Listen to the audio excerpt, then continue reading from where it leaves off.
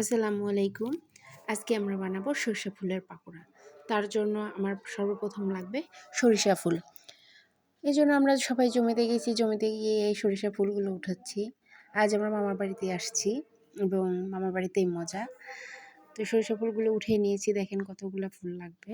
যেহেতু আমরা অনেক লোক, এই জন্য একটু আমাদের পরিমাণটা একটু বেশিই লাগবে। আমি এখানে দেখতেছিলাম, দেখো কত সুন্দর লাগতেছে ফুলগুলা ধরতে।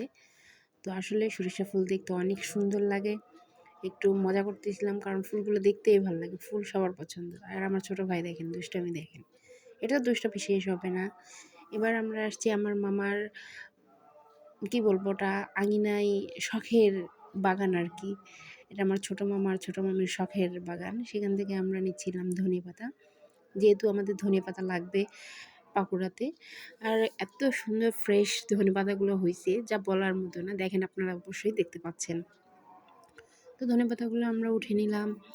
নেওয়ার পর আমরা সব কিছু কেটে নিয়েছি। এখানে আমার ভিডিও করতে একটু মিস্টেক হয়ে গেছে, করি নাই। যাই হোক, পেঁয়াজ, কাঁচামরিচ, ধনেপাতা, সরিষা ফুল সব কিছু কুচি করে কেটে নিয়েছি এবং আদা, রসুন, জিরা গুঁড়া, জিরা গুঁড়াই দিয়েছি, বাটে দিই নাই।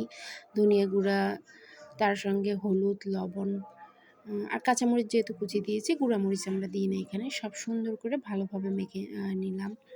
এবার আমরা দেখেন এখানেও তাই ভিডিও করার কথা মনেই নেই কারণ করতেছিলাম আর সবাই খাইতে চাইতেছিল।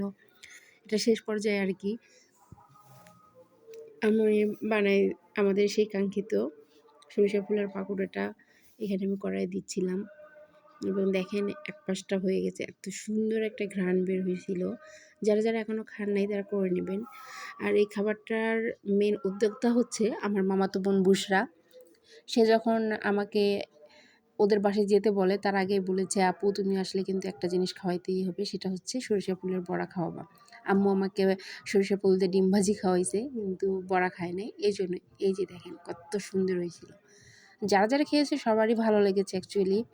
আমি আর কিছু বলবো না, এখন এটা এডিটিং করতে আমারই ভালো লাগছে।